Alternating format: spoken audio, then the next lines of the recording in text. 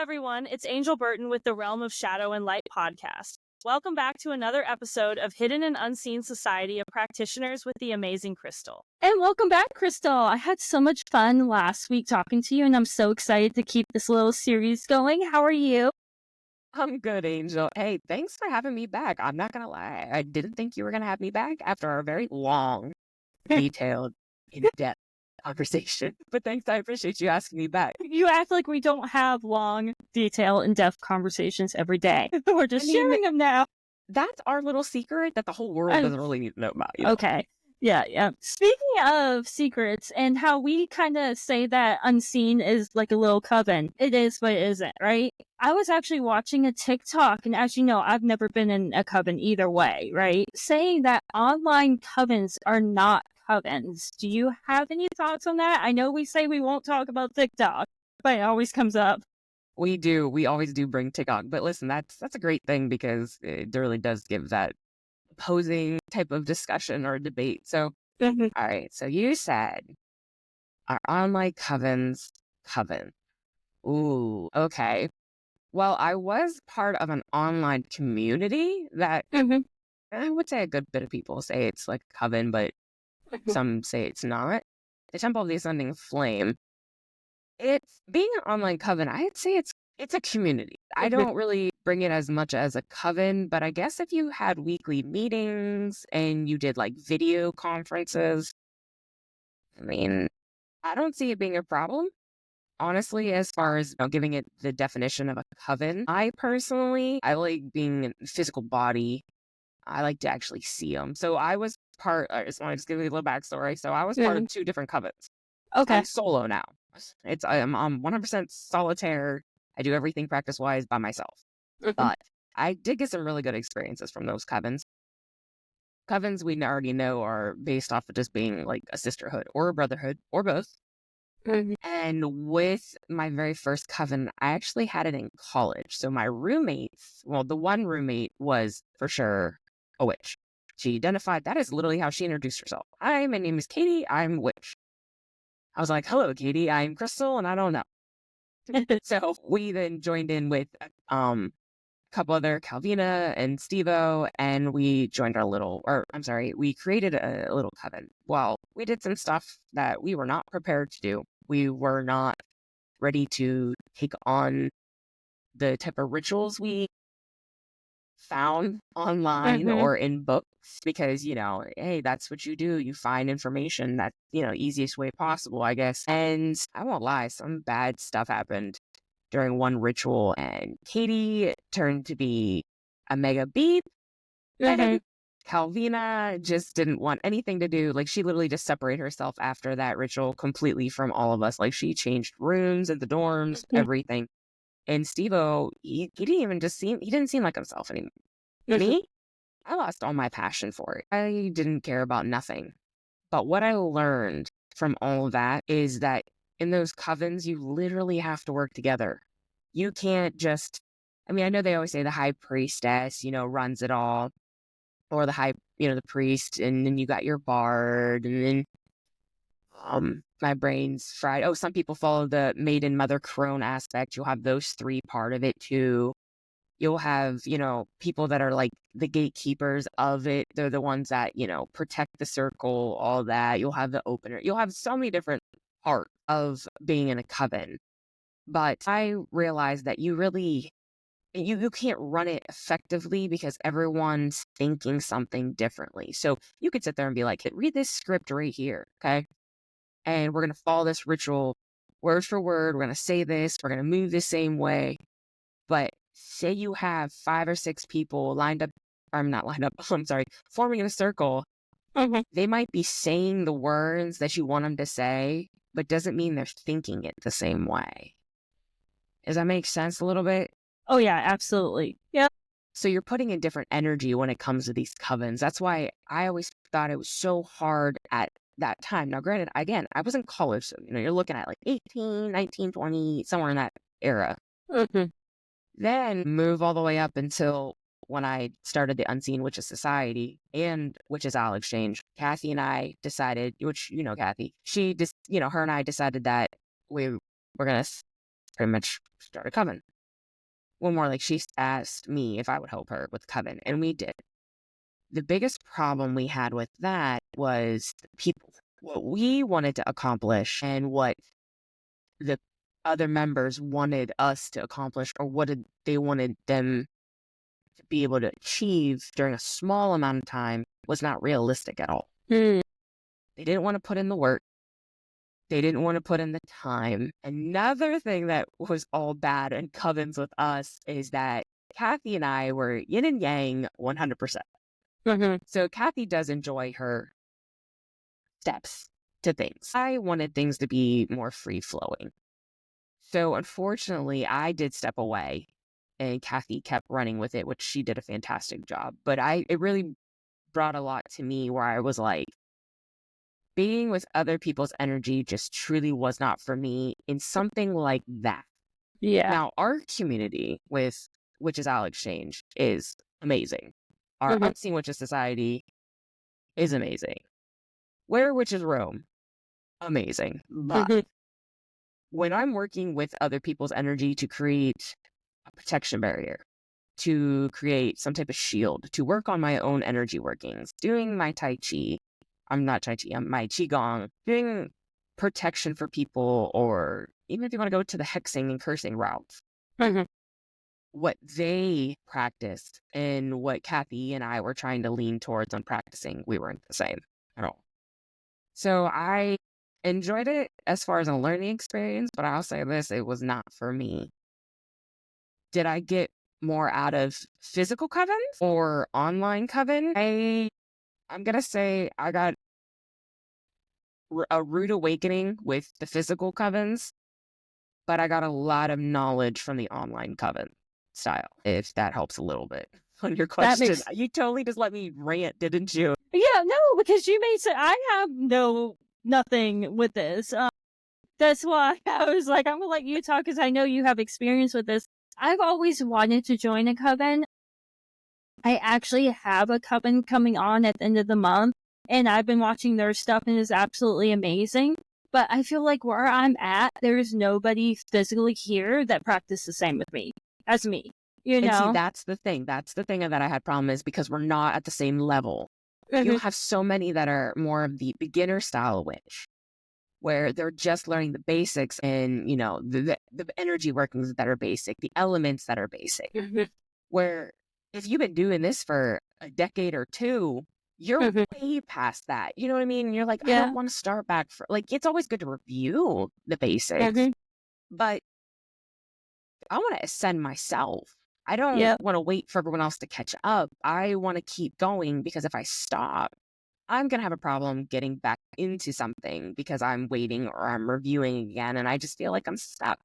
I don't want to feel stuck. Exactly. Like I'm in my going into necromancy, as you know, because we were talking about this when we were planning stuff. I'm getting into my necromancy, my poison path. So like around here, I feel like everybody's still in that healing, you know, that side, which is, I always joke and say, you know, I can actually be myself in Unseen and show that I work with demons, you know, and I am so used to like hiding that part that I feel like if I was to join a coven around here, it would not fit me just because of the people around here. Now, like if I... No, go ahead. That was all I was going to say is I just... Well, I wanted to add to that. So are you saying like that they're more prone to thinking that darkness is like an evil thing or working as a necromancy is an evil thing? I think so. There are a lot more. Let me share this story. There are a lot more like that because I was at a expo in Tampa, so like in the city, and I had said something, and one of the women there made a comment because the teacher was teaching about like some kind of crystal. And then the lady was like, well, what about like negativity? And the woman's like, well, I'm just going to take a energy ball and blast them away. And then the other lady was like, we don't do that. And then I was like, well, I was like agreeing with her, and she kind of actually like kind of scooted away from me, and like I suddenly scared her. Okay, so can we like please stop associating darkness with evil? Can we just like make that a logo for us? Right? Yeah, that's what they're doing. Like, it's always an association. And I just get so mad because, okay, so here's how I think of it. Okay. When it comes to darkness, look, we're going to this rabbit hole. Here we go. Yeah. Okay. Think about it this way. When you close your eyes, what do you see? Dark. Dark. When you're dreaming, what do you actually see? Dark. Sometimes Shadows. darkness, sometimes shadows. Yeah. Visions, but it always goes dark, right? If you're meditating, what do you see? Dark. You're in a dark room in the dark, you know? How about the night sky or the universe itself? Darkness, right? How about if you plant a seed into the ground for it to sprout? Where's it going? In the ground, darkness. the dark, yeah. Okay. Biggest thing to think about. New life. You're a mom, you're birthing a child, the child's in the womb. Where's that womb? In the dark. Okay. Mm-hmm. So the biggest thing is darkness is literally a breeding ground for creation. So why is it always associated with evil? What are people so afraid of? And who is telling them this on how to, why it's so evil? Oh, it's evil. Why? Who's telling them that? That's the biggest thing. It blows my mind because another thing, do doctors study medicine? Do teachers teach and study education? Healers need to study darkness. Yep. I agree 100%. My herbalism, because as you know, that's another thing that I do. My being able to heal, I feel like being able to help somebody go into the shadow work, for example. You know, that's all digging down that deep, dark inner trauma and stuff like that. And if you think about it, I live in Florida. While everybody else was freezing the last 2 days, it was hot. If we had sun all the time, nothing would grow. Because in a plant cycle, they need the sun and they need the dark to keep growing, you know? Absolutely facts. Because, so you know how you said about fear too, with the whole, Mm-hmm. when you're talking about darkness? Mm-hmm. I think that's Murphy's Law, where the more you fear something happening, the more likely it's going to occur. Yeah. You think it's going to happen. So that's why, when we always teach our lives, we always talk about you being confident. Don't have that, what if, don't think anything where, oh, what's the consequences? Or, oh, I shouldn't do this because I'm scared of what's going to happen or what could happen, or I'm scared of the shadow that I see on the side. If you think it, you're going to form a type of manifestation of it or an energy of it. And that's what makes it so bad. Like we said in the last one, we walk in there or we walk in anywhere, we own the place. The spell that I was just doing before this live. You ever heard of war water? Yes. Okay. Yes. So the little theory on it that if you spill it on yourself or on your mat, then all the cursing and hexing you just did is going to throw back to you. You ever heard that little theory? Yeah. Yeah. Okay. I call bullshit because I don't believe in. So what? Yep. You know what I mean? I put some Angry Orchard in mine to give it that sour, bitter, kind of drunken aspect on it. I shook it up and it definitely sprayed a little bit out of my jar. So I was like, oh, let me just go get a rag and wipe this up and let me just go wash my hands and keep going. So I took a jar and then I put it in another jar and sealed it in that jar. Yeah. You know what I mean? Yeah. But it's I'm not going to sit there and think oh, I got it on my hands. Now everything I just did is now on me. No. Spell had his name in it. It's going to have his name in it because I tied it. I put snakeskin in it. I put clothes in it. I put wormwood in it. I put some other random stuff I'm not going to say on your podcast. You know what I mean? And I was like, it is what it is. I got graveyard dirt of some person that, is very malicious intent, not for me. Yeah. But for them. If you think it's going to manifest in itself. And it's another thing that the whole darkness aspect that we always talk about really throws in there because it's instilled in everyone's brain, Angel. It really is that it's just so evil. And it's really not. Yeah, because working with darkness does not mean you're working with demons. Demonology is a whole different thing. And that's a whole different, a whole different rabbit hole we can go down. working with your even your shadow self, that's actually really healing. But people are so scared to go there because they're scared of the dark that I think people don't heal traumas that they could heal themselves because they won't address that shadow self. So elaborate a little bit on that, because I wish we had Sarah, Nicole, or Gina on here, because they can vouch for me. I am the worst person when it comes to shadow workings and self-love stuff. The two of the things that I hate doing the most for myself, pretty important in a lot of people's aspects, but for me, I'm one of those ones where I don't want to look back at things that cause me trauma. I want to just keep moving forward past it as if it never happened. So I think that you need to tell everyone on this podcast a little bit more about shadow work and, all that, because that's something that is actually fantastic. And there's so many witches out there that really do need to do it. They don't need to be stupid like me and think they got this shit and then realize that you don't got this shit. So yeah, go ahead. Because I think they need to know. Yeah, so with shadow work, for example, me personally, my poor partner pays for last partner's sin. So basically is like you pay for the sin of the last person.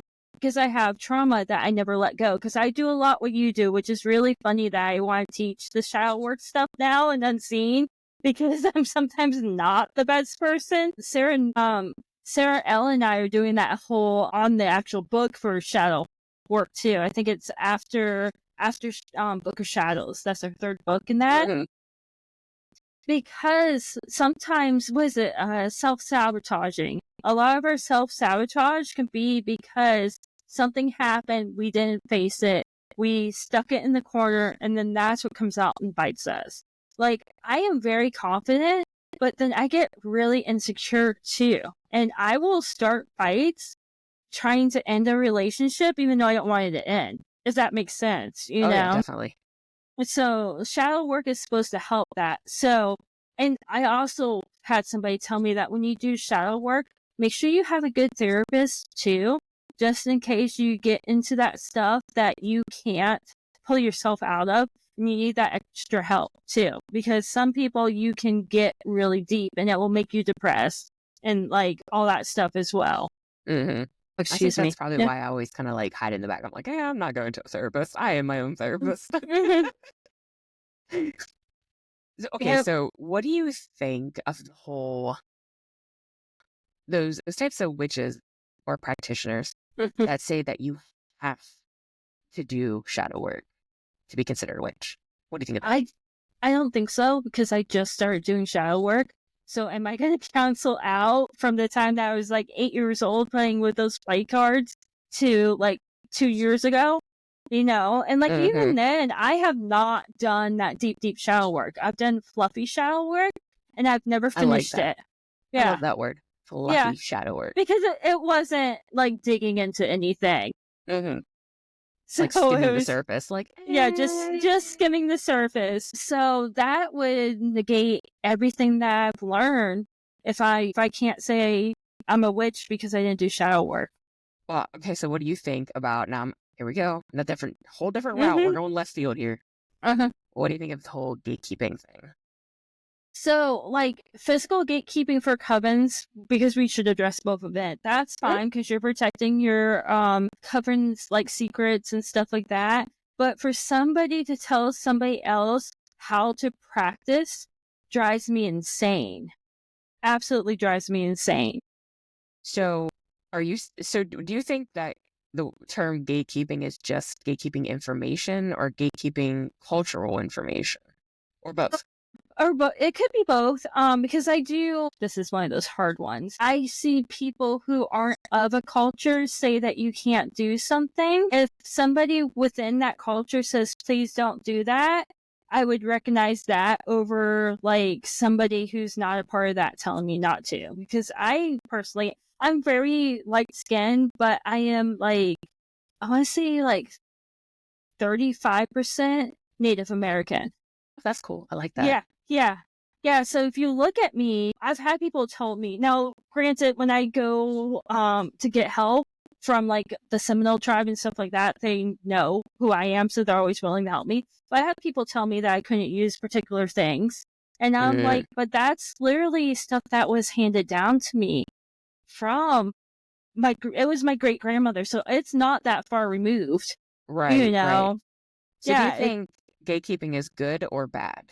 I think it can be bad. I think certain things it can be good because there are secrets that need to be kept, and you need to truly be embraced by that culture and its spirits and be respectful of that culture and its spirits. It's bad when you are trying to withhold knowledge that will help the greater good.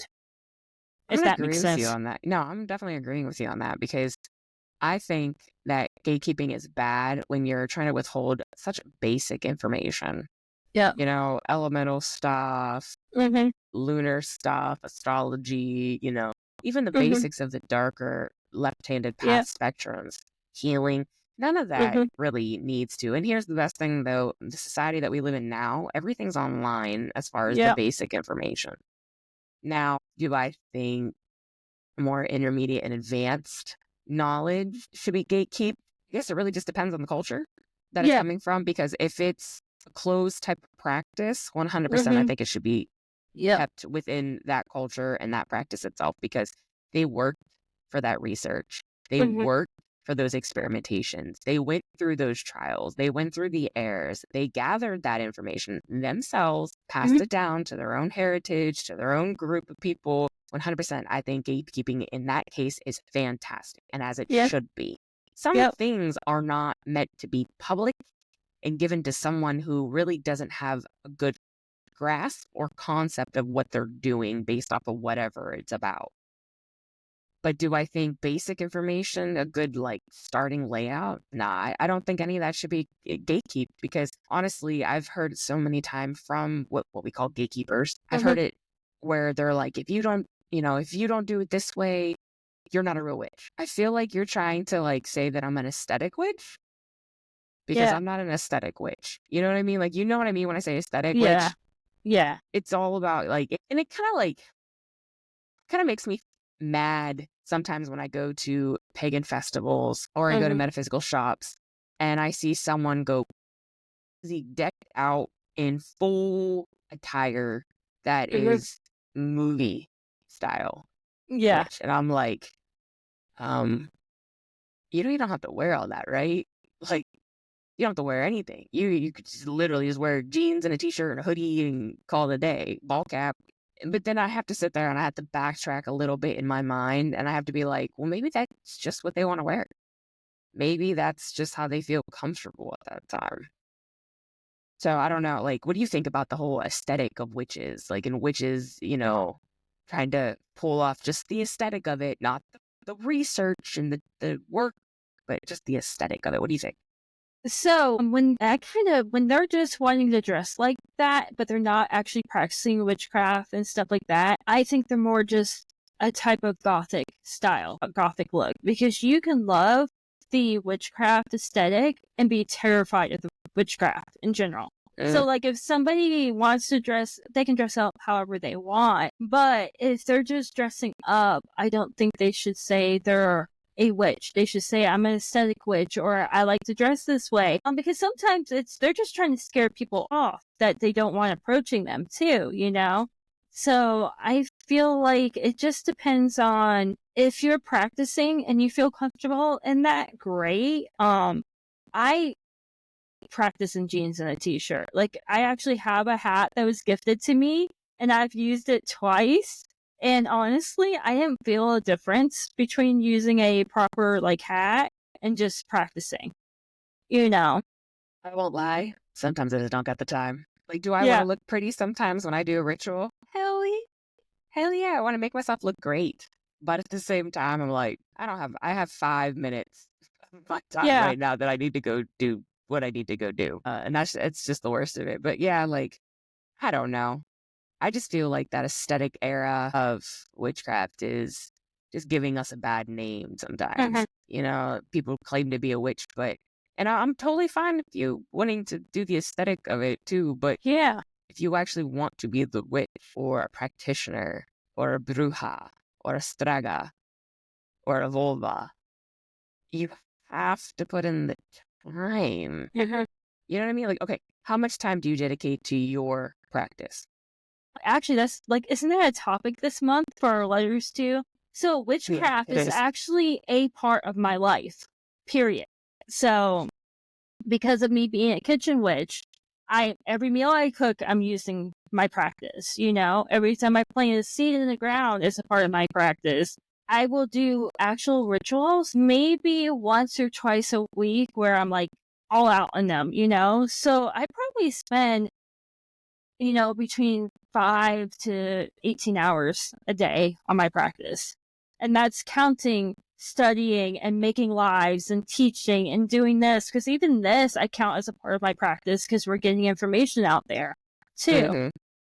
And that's, like you said it perfectly, because that's how I think of it too. It's a lifestyle. It's a way of life. It's not something I woke up, I'm like, I guess later tonight I'll do something. No, it's I wake up and I grab a cup of tea, and I put some honey in it. And maybe if I'm that one that I believe in stirring clockwise or counterclockwise, I'll do that. But I don't really count. I just stir my honey and think of positive things like, I'm going to get in my truck. I'm going to drive to work. I'm going to walk through those gates and I'm going to have a great day because I'm going to have a great day. Something as simple as that counts as putting in the work because my energy is going to get me through the day. I rejuvenated myself with some tea from the herbs that were gathered, that were dried properly, that were given intentions. It's just things like that. Like people don't realize that a simple cup of coffee, the coffee grinds, from the beans. Even if what's really cool too? If you grind your own beans, the magic in coffee, people are like, tea. It's all about the tea when you're a witch. You have to drink tea as a witch. You know what? And I'm allowed to say that because I am a tea blending witch and I own my own shop that deals with all tea related stuff. But coffee still works because if you take beans and then you put it and you grind it in a mortar and pestle or any other, style grinder you have, and you take the time and you just think about whatever that, brew is going to turn into, like whatever manifestation or intention you want. That's what's going to count. And doing something as simple as that is work, and it's building that energy, which you ever notice we keep going back to the topic of energy anymore because that's, you know what I mean? That's what I always think about. Even when I'm making my tea blends, like for my orders, because I got like 4 orders just today alone. And when I make those blends, I have to put the intention of what those blends represent. So that way, Reiki style, it's getting passed to the receiver. So whether it's Lilith's Orchard or Morrigan's Mist, I have to be like, okay, Lilith's Orchard is all about self-empowerment. Walking through the apple orchard, being able to, take on the world pretty much. Like no one can stop, you.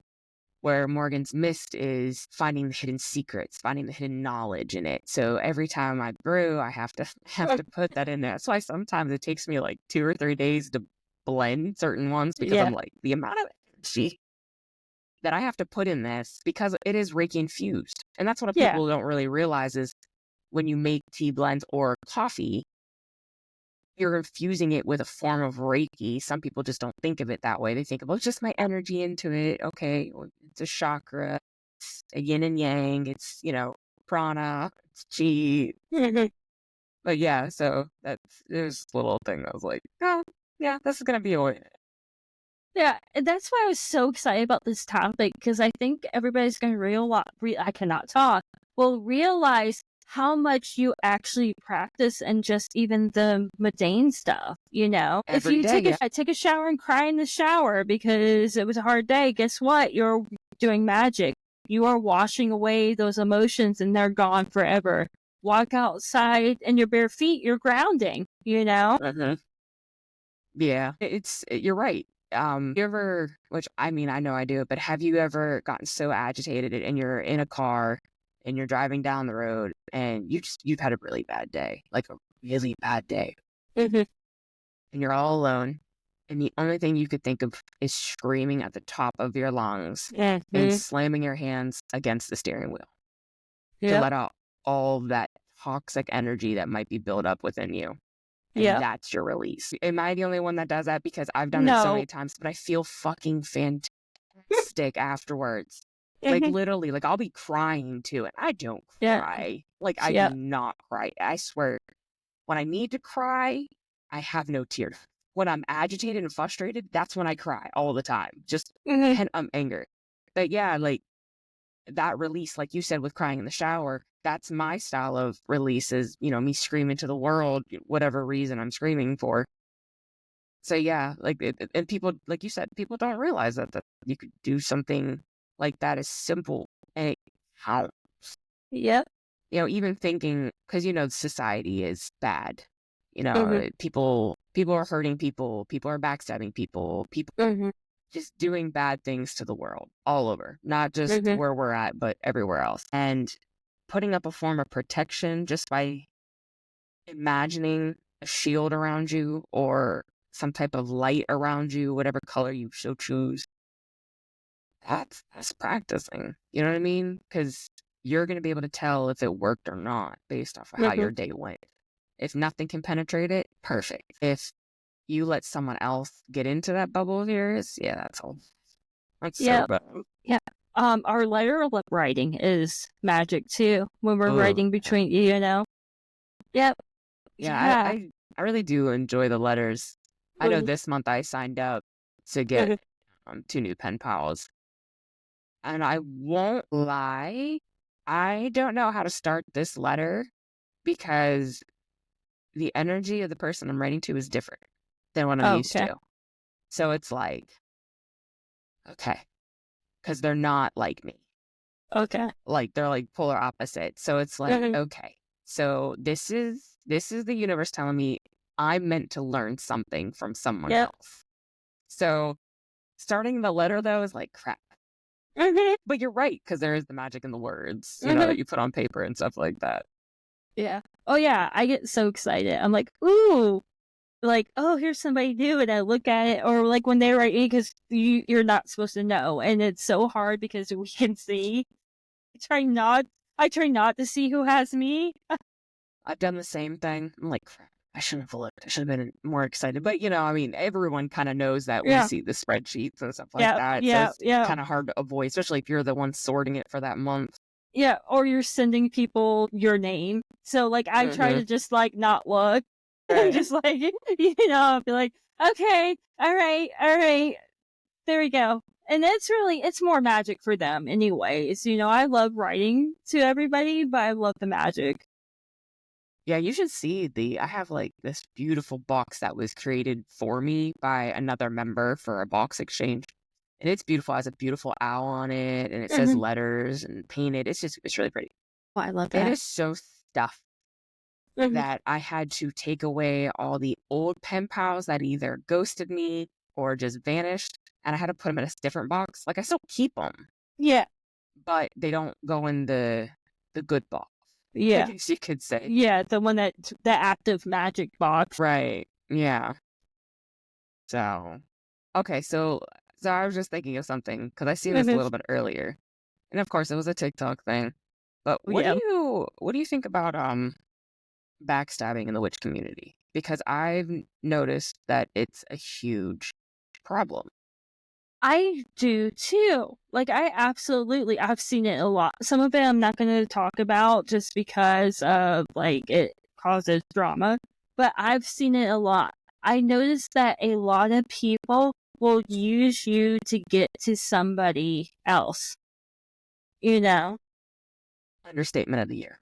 Yeah.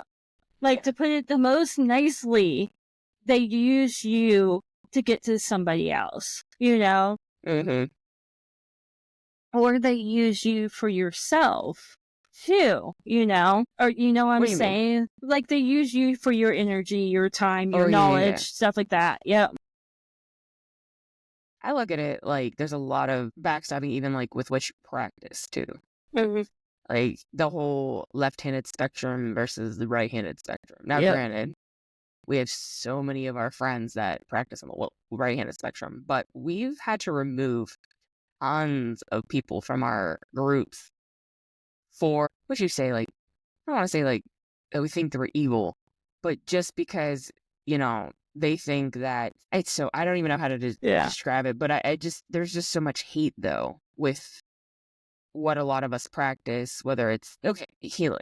Some people are like, oh, healers are foo-foo, they're the gypsies of the world, they're the stoners of the world, they're talking crazy, they're the flower children. Like, that's how they depict it. And that's how they treat it. So that's how they talk about it behind everyone's back. Then they always think like, oh, if you work on the Darkkim spectrum, you're evil, you work with demons. Well, Kathy doesn't work with demons, and she practices on the darker spectrum. But everyone will sit there and talk about us like, like we're not gonna find out stuff. Exactly. You know what I mean? Like, stuff always finds out. Like, we always know. It's, yeah. Well, you know what's really funny though? Because, okay, the whole backstabbing thing. Yeah. Not just with like in the practice or in the spiritual community world, but like even my own job. Backstabbing is toxic. So just think about like, okay, an average mundane person who is not part of the spiritual community, if they can give me that freaking toxic energy that sticks to me and I can't get rid of it because I know it's going on, I hear it, but I try not to like make too much of it. I carry that crap home with me. Yeah. Imagine how much more powerful backstabbers are in their toxic energy in the spiritual community. Exactly. You ever think of it that way? You know what I mean? It's just, why? Why do people have to backstab in this community? This community is we're supposed to be different. We're supposed to be more open and understanding to everything. But like you said, people use you to get to others. You know how many people have used me in this group alone to get whatever information or have those connections? Like, our biggest rule, don't communicate outside of writing letters. Okay. You know how many times I'm getting, oh, so-and-so messaged me on the side asking me for my address, or so-and-so said this. And I'm like, oh my gosh, guys, like, what are you doing? And it's like, I said, don't do it. And they go behind my back and they do it anyways. But hey, okay, yeah, we're grown-ups, but that was the rules of the group. And then I always have to hear, well, I'm an adult. If I want to message someone on the side, I'm going to message someone on the side. Okay, well, not everyone wants to talk to you. And it's like, it's supposed to be a secret society in a form. Exactly. Like, some of my pen pals, I've actually had to message for other things, and then they ask me, like, is it okay if I keep talking to you? And I'm like, and you have my consent, like, especially if it's something group related, absolutely message me all day. But then again, I'm writing you, I'm not sharing everything with them in the message that I'm going to write either, so Exactly. it's fine, it's fine with that. I don't mind that, but we just had a big old telltale, like, and they will telltale on each other, because whoever is the one that it happened to, they're going to protect themselves. And they're gonna tell, so why do it when there's a rule? The rules are there for a reason, to make the group fun. That's the point of it, And how many times have we been told that there's no other group like our group out there? You know what I mean? And it's because we have those rules and we've gone through those trials, and it's like, guys, give us a break. Just follow the rules and have fun. Yeah. But like the backstabbers and stuff like that, when you talk to Kathy and all that, ask her about a couple of the girls that used us to get free stuff from us personally, because they'd be like, oh, well, I don't have runes, or I don't have a tarot deck because I can't afford it. So out of the kindness of Kathy and I's heart, like, I gave a girl a whole set of brand new runes. I was like, here, Wow. I don't connect with these. You are more than welcome to have this. Great. And then next thing you know, her 3 other style of witches, I'm not going to say the type of witch that they claim to be, because that would throw this whole conversation down a bad rabbit hole. We don't want to do that. But the type of witches that they claimed, they literally talked about us, said how dictatorship-like we were, how we shouldn't be allowed to control anything, how we're not high priestesses, we can't bark orders like we do. But they established another group on the side behind her back. Okay. And it's like, what?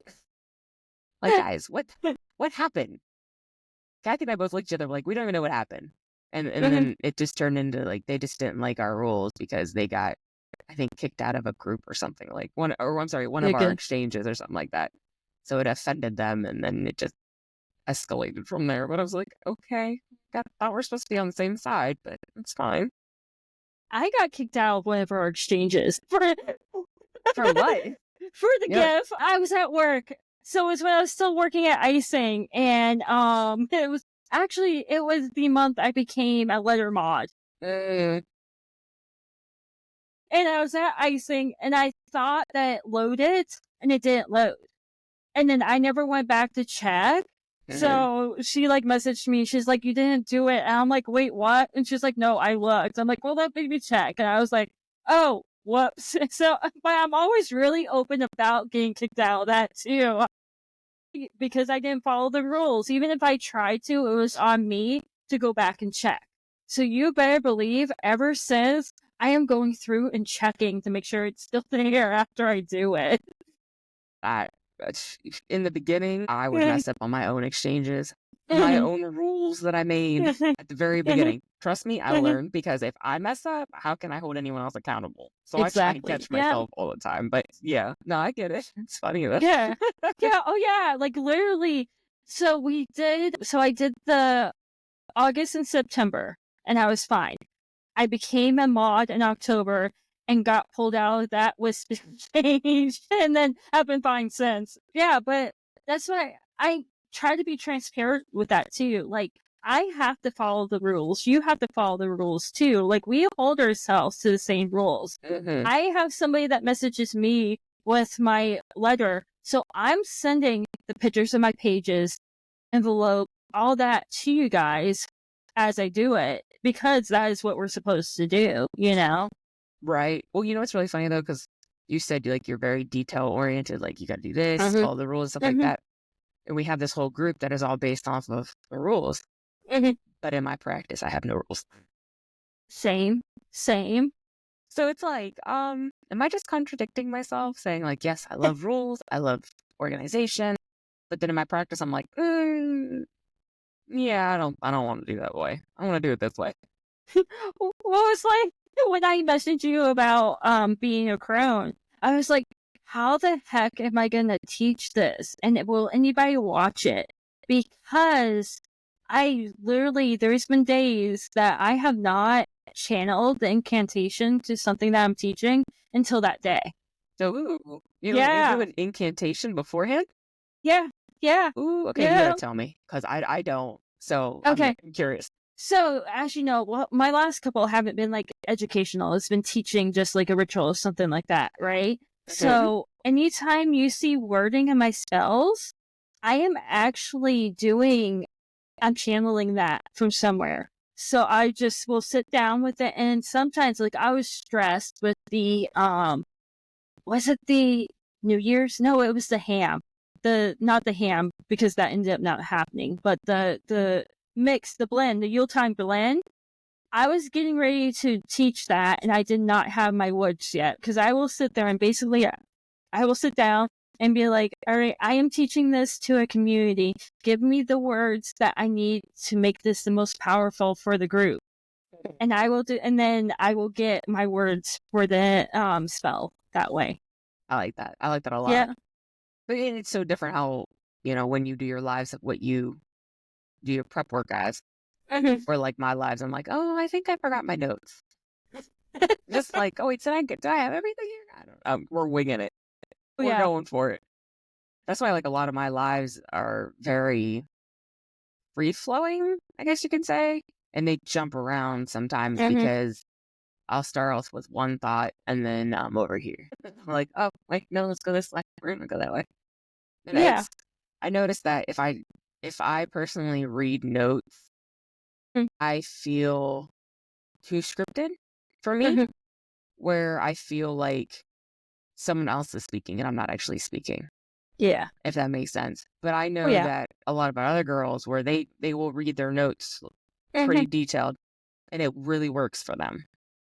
it's just me. I'm like, dang, I can't do that because honestly, I probably would mix up my words, even though I have everything laid out like individuals and groups and blah blah blah blah. And it'll be like groups of the individuals, but the so and those now because wait a minute. Like that's literally how I would probably read it because I would be so worried about saying the incorrect word or pronunciation of something.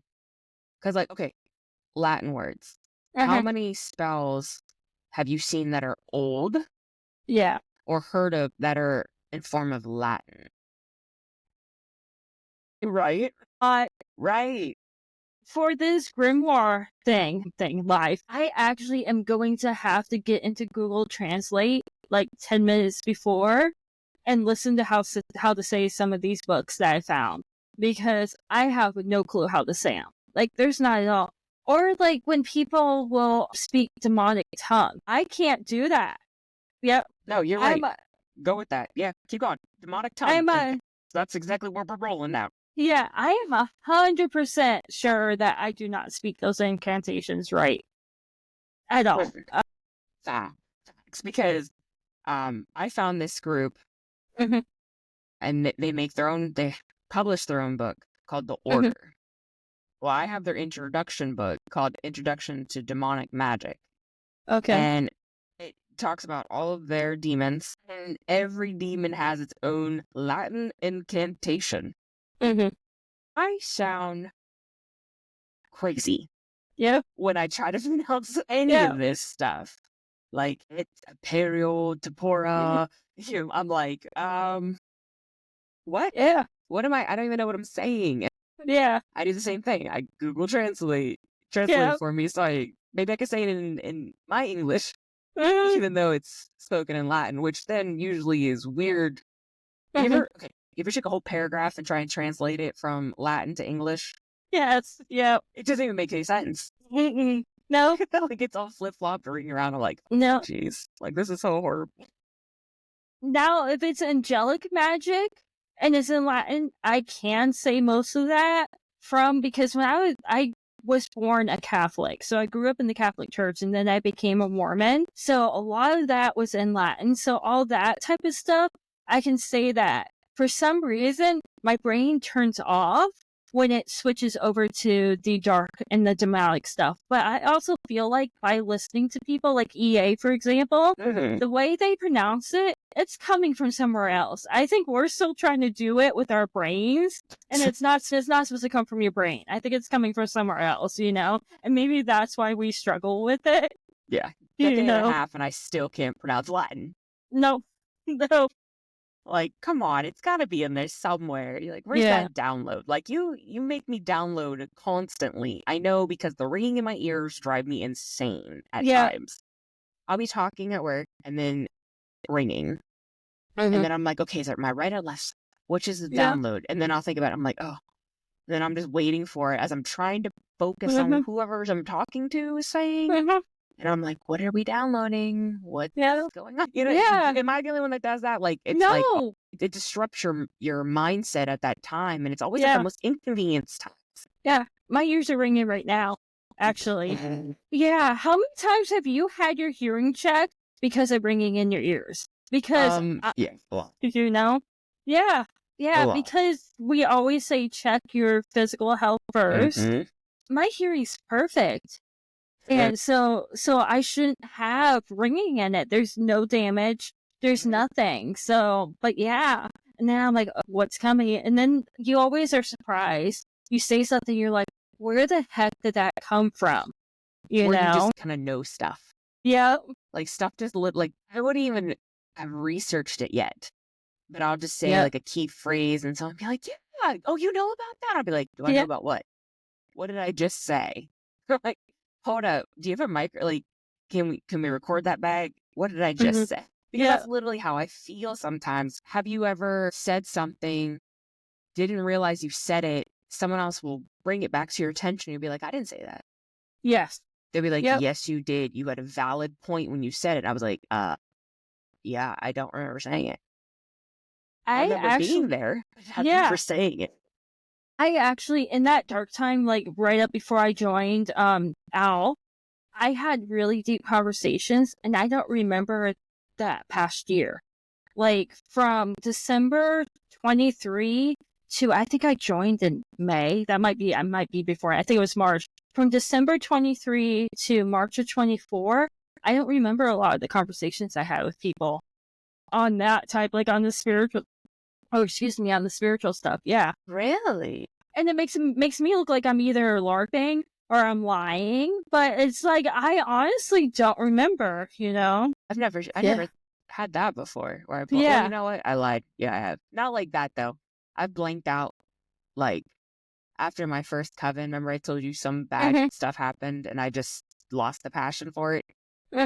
The spiritual learning just blanked out.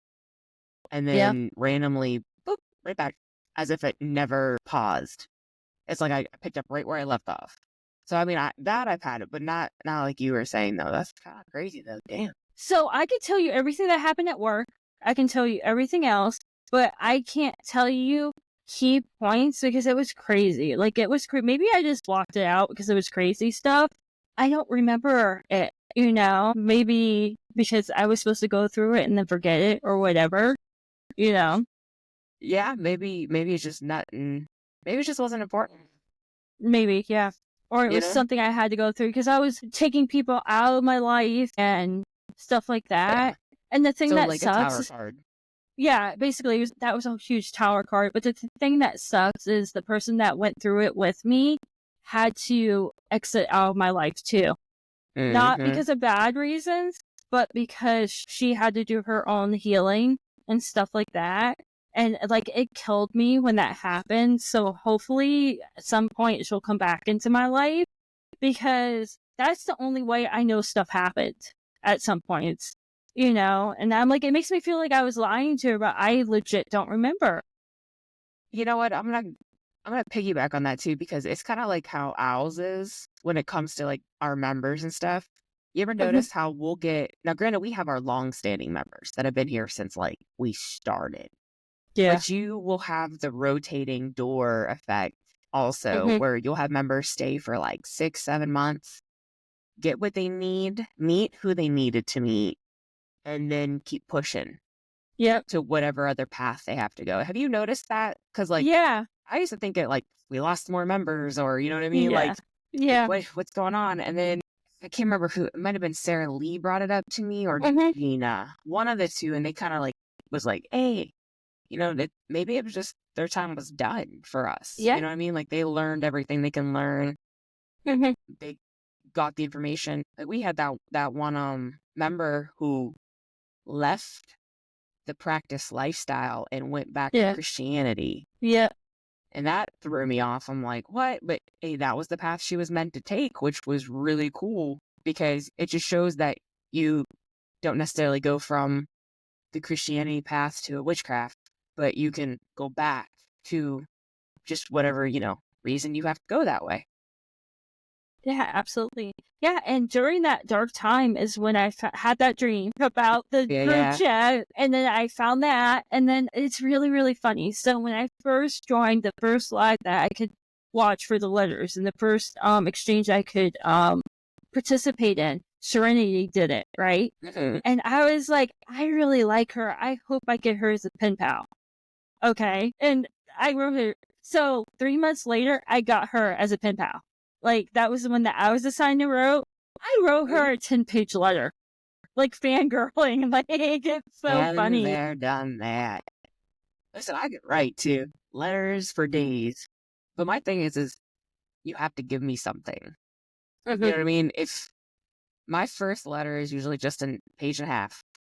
But once you return the letter, give me something in that letter to talk about or to elaborate on. If I don't have anything, I'm stuck, because I'm like, now we're not vibing, or our energies are just too opposite. And I did notice that. That's why, like, remember, when we tell our members, sometimes you're just not going to vibe with someone. Yeah.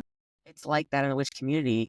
You're going to find your people when you need to find your people, whenever time is necessary. Like, I didn't find you till, when did you start? Not too long ago, right? Like, about a year. So I think my year, I'm gonna have to look. I think my year is in March. Okay, So so that's almost a year, a year. Yep. and you're part of my tribe, Yep. but you weren't with us 4 years ago. Yep. It's really crazy. Like, if you think about it, it's like the people that are meant to get together in some form, whether you've had a connection in any past life, whether your energies pulls together, or you need a very specific type of person to help heal or give guidance to. As you can tell, that's my spiritual counselor degree, Yeah. and then there on that one. But you know what I mean? Like, people that are meant to be there are going to find each other. I love that the most about being a practitioner is because when I need the help, I'm going to find someone that's going to be able to help me at that certain time and place. I have a funny story because I know Oh, I didn't tell this for to you. So remember when I became the letter mod, and then you were looking for a crone too, but I had just joined Unseen. When I did it, I remember when I became the letter mod, and I was like sitting there thinking, and then I messaged you. I'm like, can I be a crone too? And I was like so scared that you were gonna be like, no. I think I've never said no to anyone, but as you know, we put you through that interview process. And if you ever notice, that interview process is nothing besides you willingly trying to go the extra step Yeah. in giving us that information. It has nothing to do with, like, do I like what style witchcraft you are? It has nothing to do with, do you have, the props that we want you to have? Do you have the stamina? You know what I mean? The Yeah. background. It has nothing to do with that. What kind of information are you willing to put out there? Because if you don't have any knowledge in anything, why be a crone? You know what I mean? Exactly. You have to have, I call it useless information sometimes that other people don't find useless. Yeah. You know what I mean? Does that make sense? It does. And look at our group. Look at our crones. We're all so different too, you know?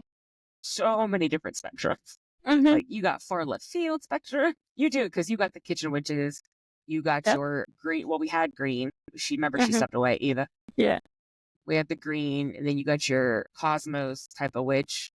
Then you got your multiple dark spectrums, but you got your healers. You got your crystal healers. Yep. Energy, huge energy witches. Who else am I missing on spectrum that we have? I think we got everybody. Yeah, because I'm a little bit of jars. I think I'm. Yeah.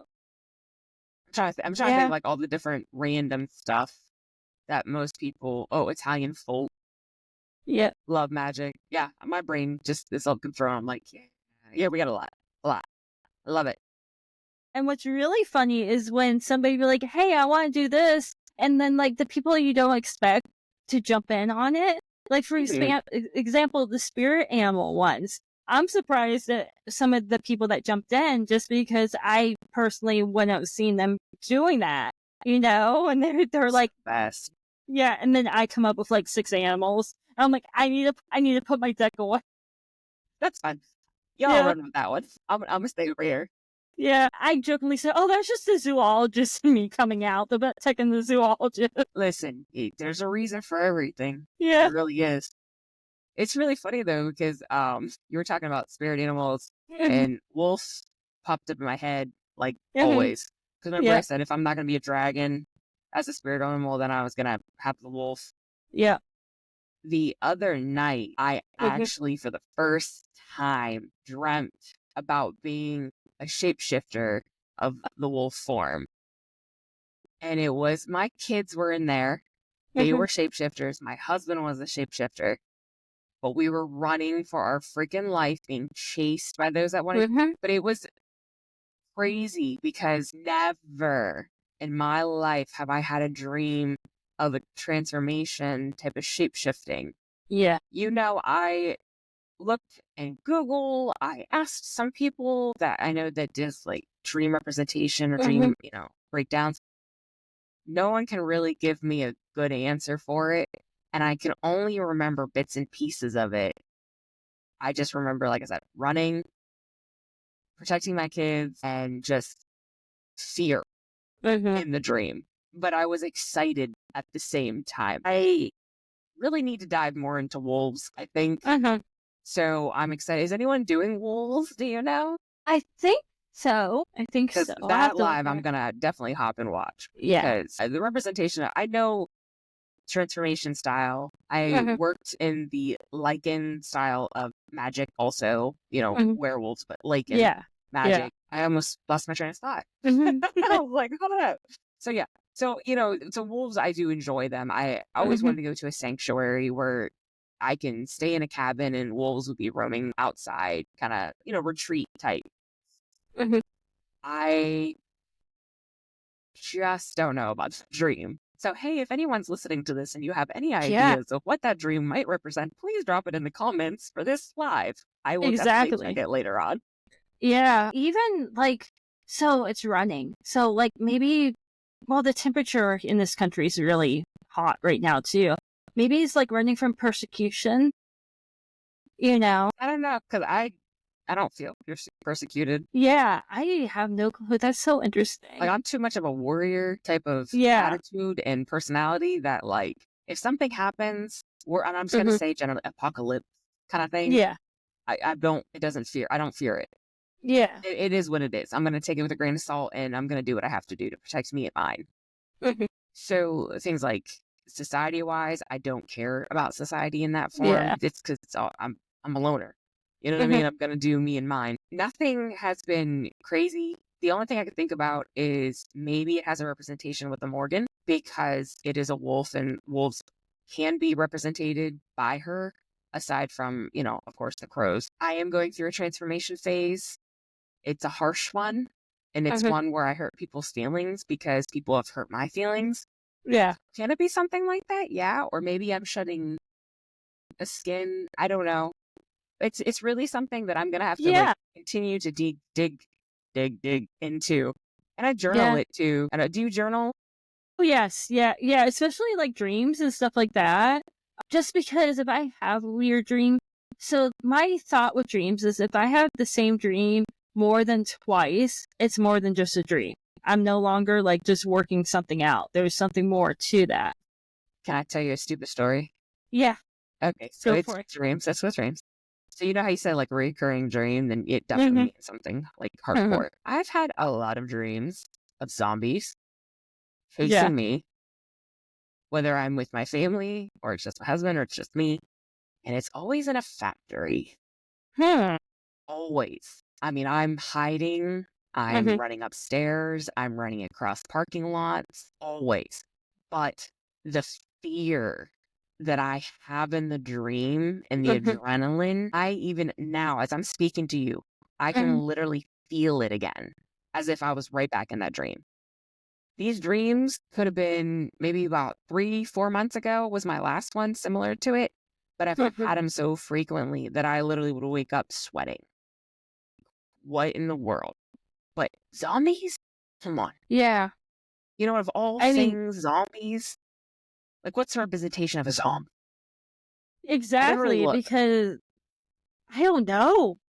Because zombies, that's like the hardest thing to actually become something is a zombie because it's like a virus that has to cause that, you know? So I don't even know what that means. Pulling this up right now on my phone. I gotta see. So, dreaming about zombies often signifies feelings of being overwhelmed, stuck in a situation, fearing change, experience some type of loss of control in your waking life. Yep. Emotional detachment. How are the zombies acting? Were you fighting them, running away? Yeah.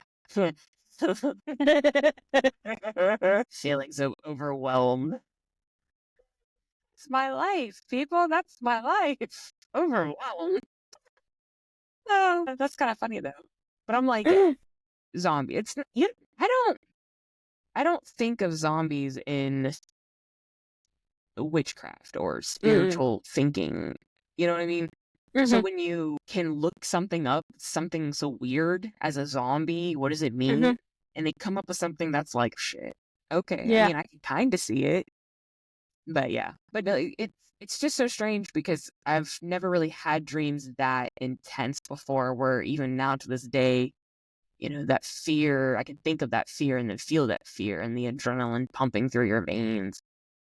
It's like, man, how many other people have that type of Ex- experience and just can't get past it? Exactly. And I actually, now that you read that, it makes sense because 4 months ago would be right before you moved, too.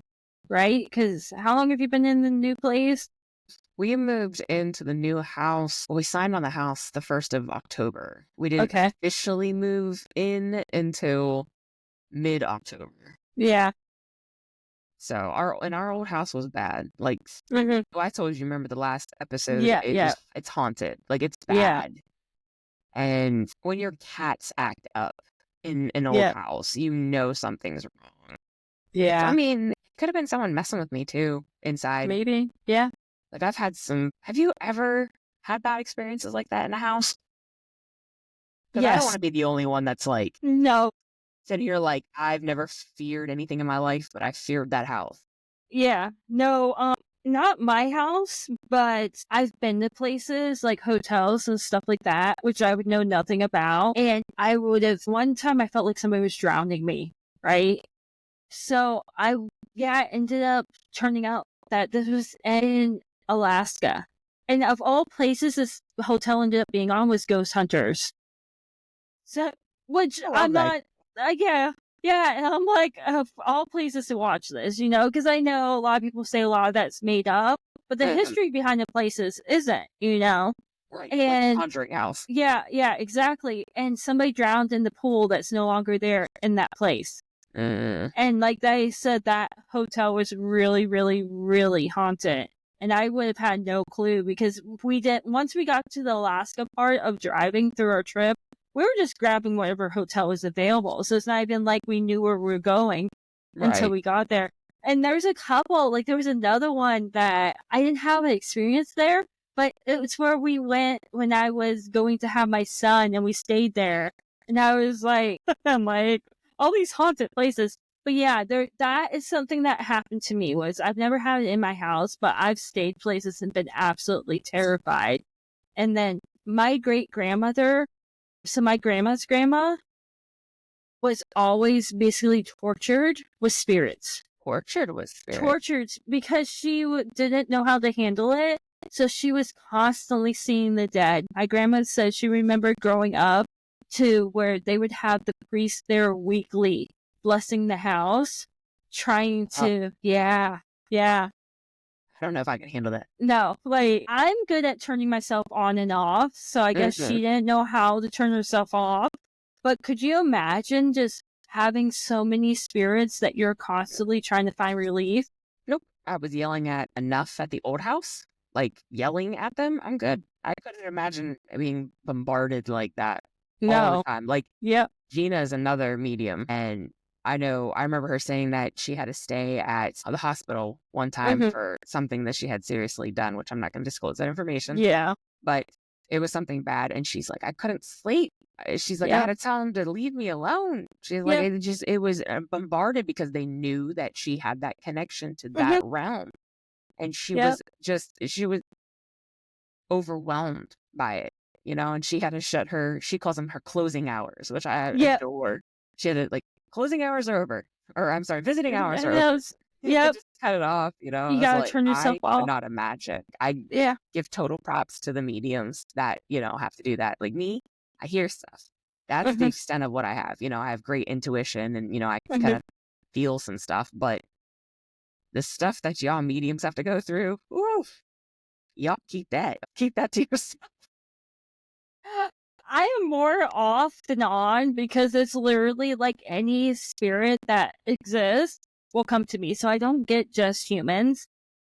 To talk about staying in a hospital, 2023, they gave me clindamycin to try to heal something, and it ended up giving me C. diff, right? But it got so bad that I was at that deadly stage. Like, I was close to septic.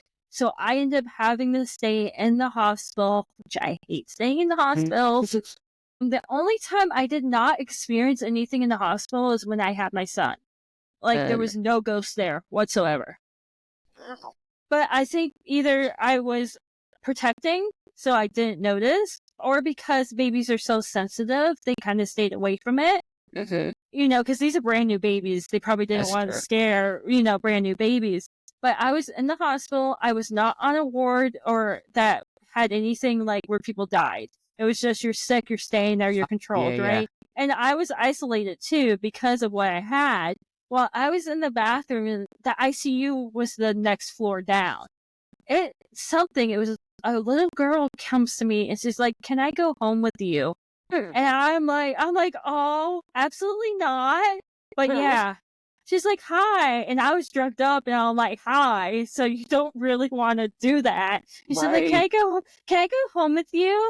I'm like, "No, but there's a way to, go where you need to go. Do you want to go?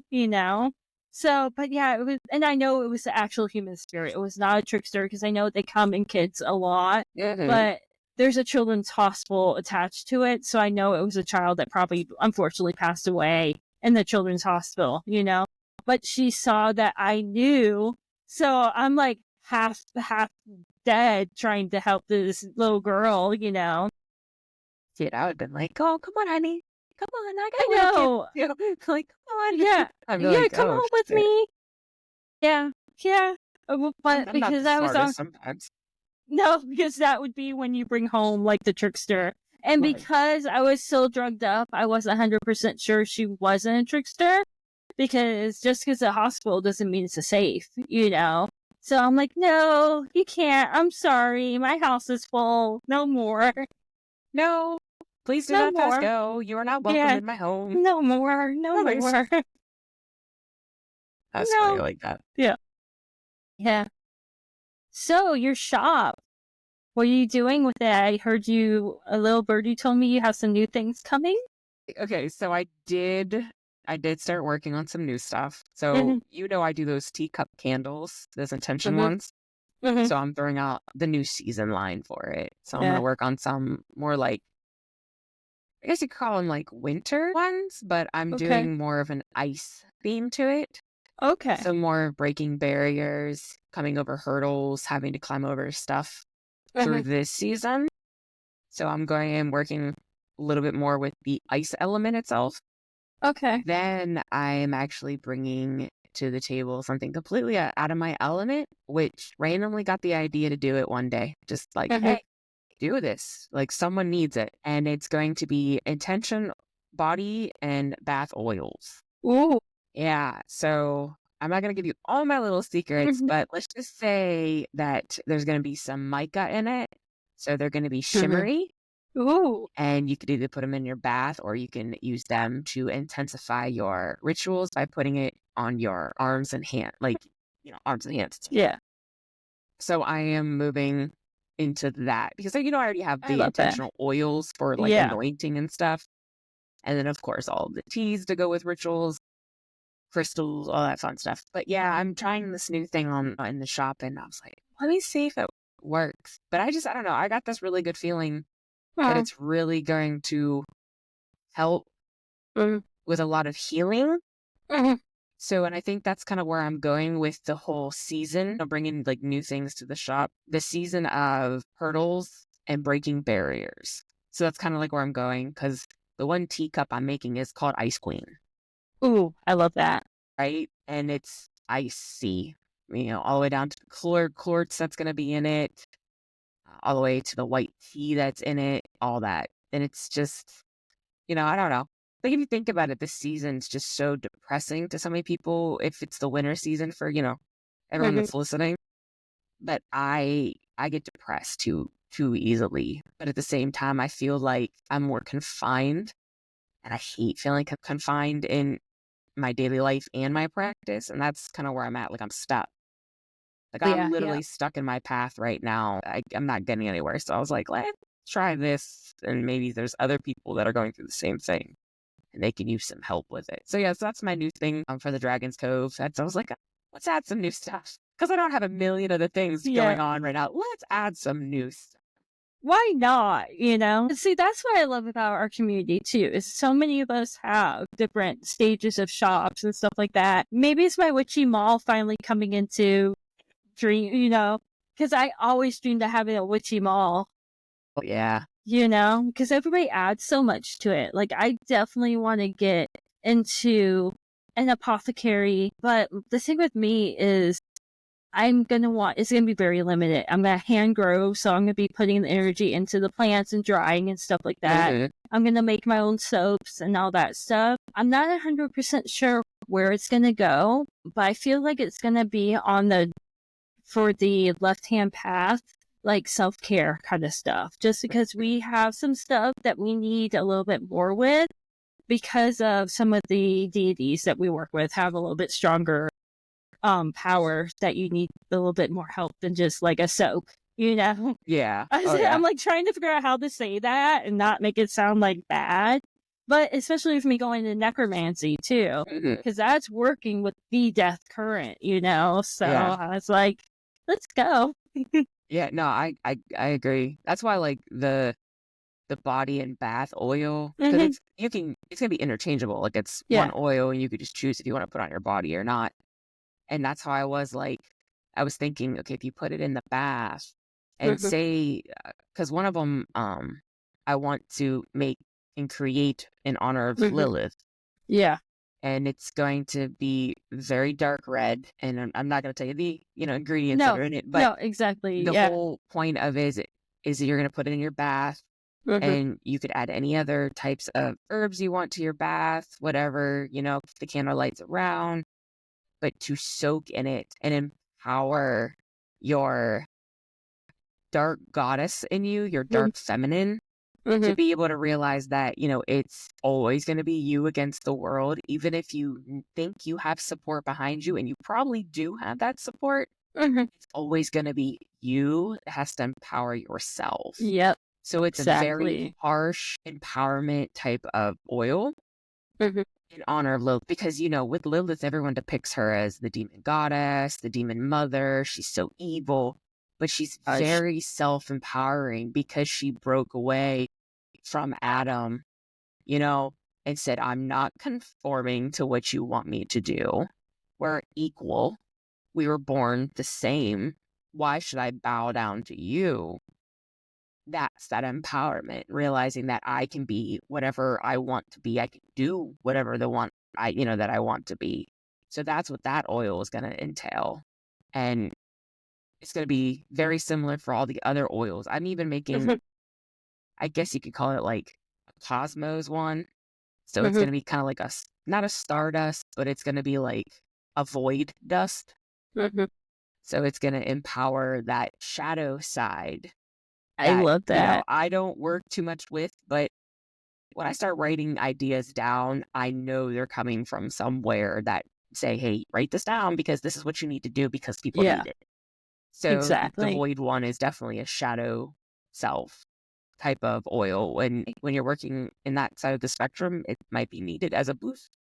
Oh, yeah, definitely. And I'm probably just going to be like, here's my card number. Just charge everything to me. That's what I love to do, too, is I love like helping other people, especially people I care about and that I'm friends with, because I feel like with that, our energies already blend really well. So it's just like an extra like boost from it, too. But I am excited about that. Yeah, I had to order a couple dropper bottles. That's the only thing I'm missing because I ran out because the intention oils, they use also the clear one. So I made so many and I was like, oh crap, I need more. I ran almost out. But like you said about the small businesses, 100% support the spiritual community and their small businesses. Sarah Lee's shop, I have bought so much from there. The energy that she has there, even the herbs and stuff, I've spent some money. And I know, by the way, she has a live coming up next week. Did you know that? No, I didn't. Is that her shop live? Yeah. I think I saw that. Live. On the 18th, I was like, hold on, let me get my card now. Yeah, exactly, right? Let's take my card. Yeah. Yeah, that's what I'm so excited about because everybody gives something else too. And I always go to you guys because I know I messaged you and Sarah Lee both. Can I have your links to your shops because I need to go shopping. I really need to get a website finished. I haven't had the time, but I mean, I do everything through Facebook. and then, the group of my shop, and then Yeah. Etsy, which Etsy, the fees are atrocious, but it gets me out there as far as a link, because some people feel more comfortable with ordering through that site, which is totally fine. I just love the fact that people will message me and be like, these are the teas I would like. These are the oils I like. And if you have this crystal pendulum, I'm like, Yeah. I'm at your Just send command. that to me. Hold on. Yeah. Let me go pack this order for you right now. Because I just absolutely love when they just personally get a hold of me. It just makes things, I don't know, more personal to me than just ordering it from a link. Yeah, I got so tired of Etsy. I actually closed my shop, like completely closed it. But then again, I did a rebrand anyways, so I just want to name it. It was called Amethyst Rose, but I'm just going to rename it to Realm of Shadow Light. That way everything's the same. But every time I would sell anything, because I'm bad at knowing my own worth. Two girls. So by the time they take all their fees out, I make like $3. That's being super dramatic, but you know what I'm saying. Like after the fees. I do, especially all the hard work you put into it. Yeah. And then you're like, what is this? Sorry, This I is don't my understand. commission? Yeah. Like, no, I don't like this. Yeah, it's like I charge $20 for that and I get $4. What the heck? Yeah. That's why I like going just through Facebook right now and just having, people just tell me what they want based off of, whatever ads I have up on the site. Yeah. But eventually I do need to set up a different link. But my problem is I price it too low. Same. I never know what to price. I'm like, I don't want to overcharge anyone because there's someone that might not have the funds, and I want them to be able to buy this equally. At the same time, I'm like, I lost money, not made money. Yeah, because they always say take the cost to make it and multiply it by 3, but I always feel like that's too much. Sometimes, like with the herbs and stuff, every herb is bounced differently on a price. So plus the packaging and the time. It's for me that would be like, so I charge $7.50 right now for an ounce.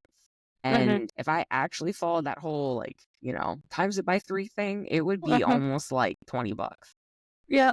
I'm like, no. Like, no.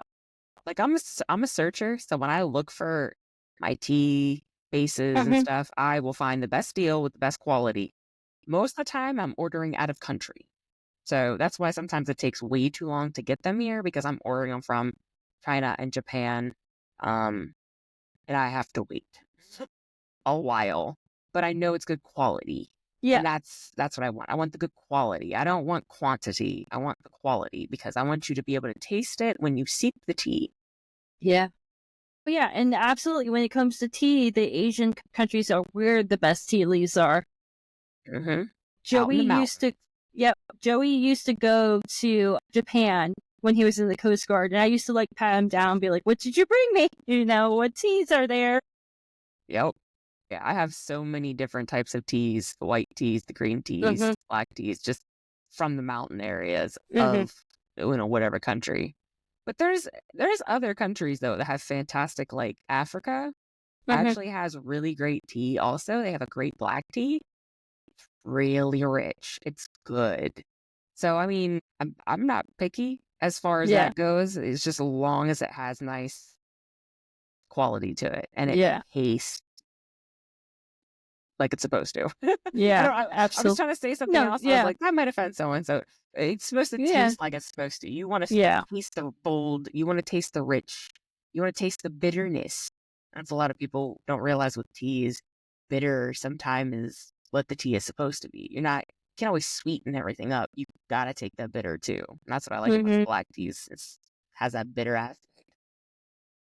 Sorry, I always have to remind I always have to remind myself with black teas too. Like, it's supposed to be bitter. It is okay. Yeah, a little bit of honey is okay because it's it's a good antimicrobial. I say right? It's so it's great. So I always love adding honey. But when I do the one tea live that I have coming up in the next couple months, it's just me, a teapot, and my little electric stove thingy. Just let's make some tea, guys. Yeah, like this is the I think I'm using golden monkey tea. I think I said something so basic of a tea, but is not as common as a lot of teas are. I'm excited for that. I love teas. I like tea. Absolutely. So Yeah. sometimes I forget that there are people out there that don't like teas. And I'm just used to always liking teas. So I'm like, what do you mean you don't like teas? Like, I get Kathy all the time. I'm like, what you mean you don't like tea? She's like, I like your tea, but not tea all the time. I'm like, Yeah. fine. I love tea just because I love tea. I'm going to change your mind yet. We're supposed to be friends. Love my tea. I love that. Ooh, so it looks like we're at an hour and a half again. Jeez, we do that. We've done that twice now. Yeah, because we have so much fun. I think our episodes are just going to be an hour and a half, you know? What happens when we have nothing to talk about? Is that possible? Then there'll be 30-minute ones. So for me, I want our episodes, and this is for everybody that listens, anywhere from 30 to 90 minutes. So that there's kind of a difference. Oh, yeah. What would you think of if we added one more person to our little live? We could do that. Yeah. We should do that. We should ask one of the girls if they want to join in our little chit chat. Yeah, we could definitely do that. That'd be fun. Yeah. Yeah, and actually, I think I could add audience members in too. So if people actually want to watch us as we're recording. Oh, gosh. Yeah. I might actually have to put makeup on. Right? We actually have to not be in the dark. So here's a little secret. Yeah, we always, just so everybody at home knows, since we know we can see each other, but we know it's not recording video, we're always in the dark in the candlelight to set the mood. We really are. Yeah. We should do it one time just to do it. Just for Yeah. Yeah, definitely. Definitely. See who wants to listen, who wants to be a part of it. And somebody could be a producer too. I have that. I just got tongue tied. I got so excited at the idea. So I can have an audience. I can have as many guests as I want. And I can have a producer too. And they can actually, there's a chat somewhere that they can actually ask questions too. Ooh. Yeah. We're going to have to try out those just for fun.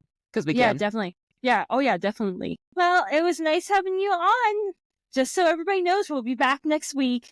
We will. We will. Unless there's an emergency, we will be back. Yeah. All right. I will talk to you soon. All right. See you, Angel. Thanks for having me again. You're welcome. Bye. Bye. Again, such an amazing episode. I cannot wait for the next one. In the meantime, if there is anything you would like for us to discuss, please let me know in a comment below or email me at shadowsandlightpodcast@gmail.com. As always, stay safe and keep pushing yourself forward.